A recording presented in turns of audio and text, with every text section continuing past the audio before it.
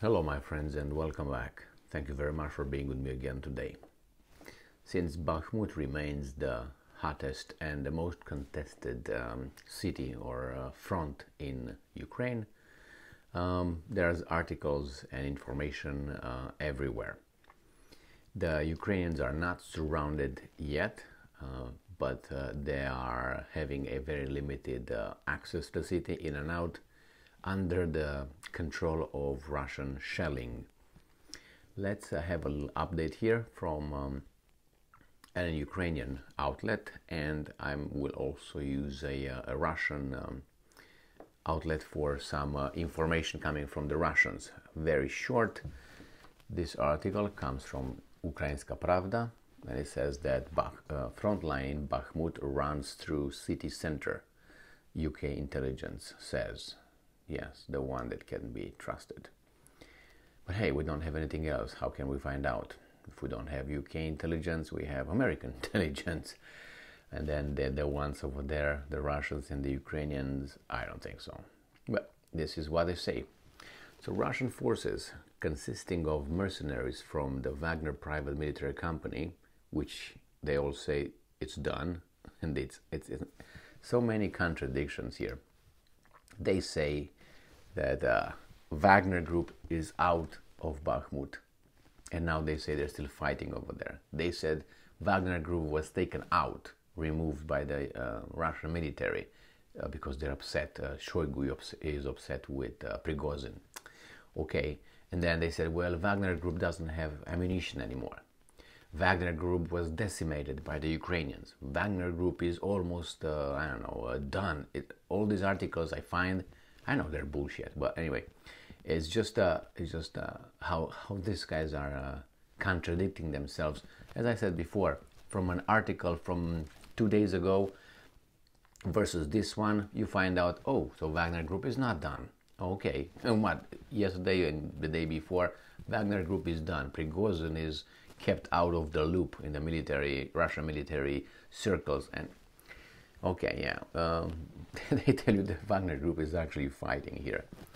So the Wagner group have taken control of most of the eastern part of the city of Bakhmut in Donetsk Oblast over the past 4 days, and the front line now runs through its center along the Bakhmutka river. So let's see. This is Bakhmut. This Bakhmutka river right here, and they say they are fighting here. But on the other hand, this is a little bit of misleading, because you would think, okay, that means here in the east of Bakhmutka river are the Russians and here are the Ukrainians, and it's not so, because the Russians have all this, including Ivanivsky right here. I covered it yesterday, and Ivanivsky is almost encircled here. So all this from Ivanivsky here to all that right here, probably here, as far as I know, all this is under Russian control. The only thing that they have is probably this angle right here, from here to here. This right here, this little, I don't know if it's little, but this is the road that probably they still have. If that's a road, whatever that is, maybe, no, this is a railway. This is railway, so probably this is the road that they still have. This one right here. So if you look on the map, they go this way. Everything else is under Russian here. Oh, and that's the information I got yesterday from the same guys. So UK Defense Intelligence Review was reported by European Pravda. Details. UK intelligence notes that the Ukrainian armed forces hold the western part of Bakhmut and have destroyed key bridges over the Bakhmutka river, which runs through north-south through a strip of open ground 200 meter to 800 meter wide between built-up areas. So that little river is this, supposedly this, there you have it. Let me go down and see how wide it is. Not that wide. Not that wide. If you look at a house here and you try to approximate, it's not that wide. Now the bridges are done, blown up by this one, two, as far as I can see here. They're blown up by the Ukrainian. The Ukrainian, I think they blew up the dam as well. It was, I don't know if the dam is right here, I'm assuming, but that would not do much, only in the south here, because I'm assuming it's from north to south flowing. It's pretty sure it's going this way by geographical rules. With I'm quoting, with Ukrainian units able to fire from fortified buildings to the west, this area has become a killing zone, likely making it highly challenging for Wagner forces attempting to continue their frontal assault westward, the UK Ministry of Defence stated. At the same time, the UK intelligence notes that the Ukrainian forces and their supply lines west of Bakhmut remain vulnerable to constant attempts by Russian forces to outflank the defenders from the north and south. Bakhmut has been the scene of the fiercest fighting in Ukraine in recent months.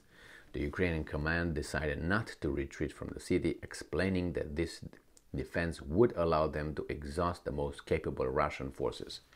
Now it's another BS here. We've been, or at least I read constantly, maybe you did the same, that the Russian army, Wagnerites, the Wagner troops, are formed out of convicts, drunks, unruly soldiers, ill-prepared, disorganized, rusty equipment, and poor quality guns and weapons.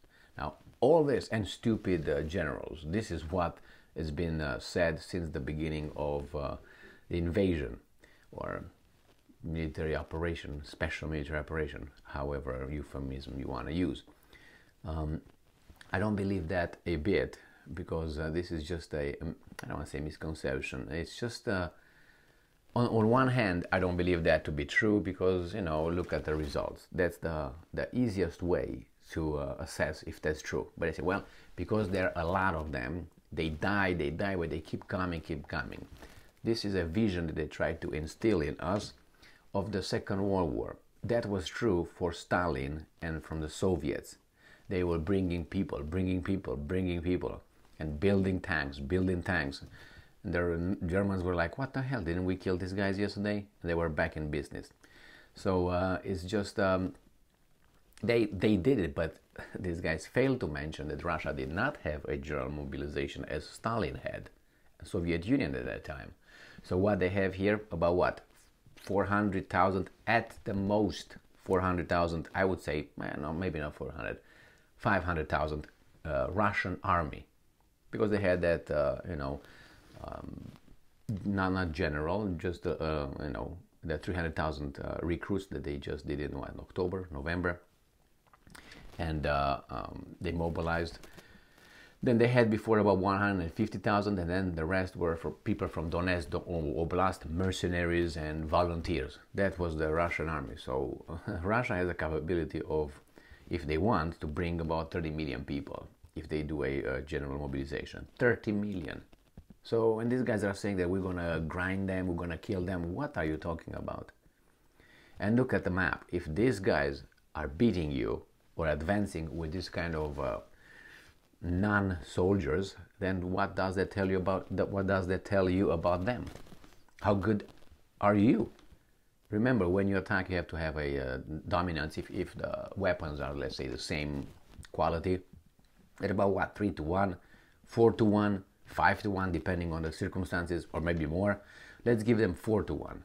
So 4-1, and they're still advancing. Ukraine had a general mobilization, didn't it? Has a lot of volunteers, doesn't it? And now we find out, oh, we're just killing them because they're advancing. How is that possible?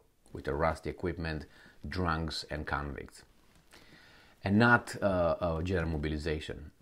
Just look at this in these terms, and you can immediately know that these guys are possibly, probably, most likely lying, or minimizing and maximizing depending on circumstances, maximizing their the enemy's losses and minimizing the enemy's successes, which there are none, but somehow they are still advancing. So, and the same, most capable Russian forces. They said the most capable Russian forces were eliminated in about April 2022, and now they still have them. Background. At the same time, as previously noted by UK Defense Intelligence, the Ukrainian defense of Bakhmut continues to degrade the forces of both sides. Earlier, NATO Secretary General Jens Stoltenberg said regarding the Ukrainian defense of Bakhmut that the city may fall into Russian hands in the coming days. Still, it would not necessarily be a turning point in the war. Again, this is another BS. Well, Bakhmut is not important, has no strategical meaning, according to Milley, according to General Milley, according to General Austin. Now all of us, Stoltenberg, and all of a sudden the Ukrainians said, yes, it has a meaning. It goes to Sloviansk and whatever next door. So let's see what cities are here, right? Next to Bakhmut. Because if Bakhmut falls, they're gonna go towards, I know they're too big here. I think Sloviansk. Where are you? Too far. They right here. Krematorsk and Sloviansk right here. So if Bakhmut falls, they open the door for these two right here. And supposedly these are important. Sloviansk right here, and Krasnotorsk, Krematorsk right here. These two. So it has a big, and then is nothing in between. You gotta make up your mind. When you're winning, it was important. When you're winning, I'm not important. I don't like those grapes. They're so sour. So the fight. Let me see what the Russians said, because I got one piece of information from the Russians. Here, the Russians called Bakhmut Artemovsk. So they say here that private military company Wagner founder Evgeny Prigozhin said that the assault groups are beginning to move deep into the territory of the Azom metal working plant. Now, I don't know where it is. I looked over the map and I couldn't find it. I didn't look too hard, to be honest with you, because I said, well, I'm going to find later. So this is Bakhmut, Artemovsk, and it's about to be, as I said, conquered. Now here, this should be more lower here, because I know that the Wagnerites took the north and this side of the front right here. It is falls, you got, as I said, free reign to Slaviansk and Krematorsk right here. So it is important, but hey, as I said, what I'm losing is not important. Well, this is a little update on the Bakhmut early morning update. Not early morning, but morning. Thank you very much for being with me again today. Stay strong, stay smart, look for the truth, and be just.